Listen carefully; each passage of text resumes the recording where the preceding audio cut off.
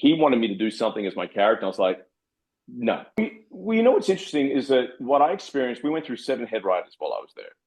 And what I learned is that a new head writer comes in, It's a lot. and look, I'm a very pragmatic, logical, rational human being. You know, I'm always about what's best for the greater good of the organism, right? How do you make the team operate better on every single level? And what I started to notice was is that you'd have different head writers come in and they just throw the baby out with the bathwater Mm. because in their mind, they wanted to leave their mark.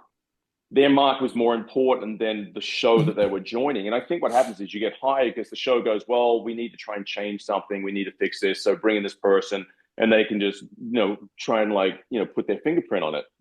And he wanted me to do something as my character. I was like, no, I can't do that.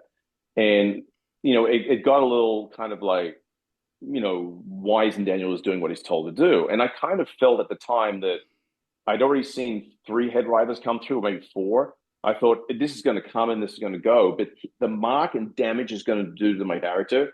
Mm. They're more concerned about what the fallout's going to be than what will happen to your character long term, or the. You guys are on the show, you've made your mark, and the goal is how do you make Steve and Bradford the best they can be? Because when they're the best they can be, then the show is the best it can be.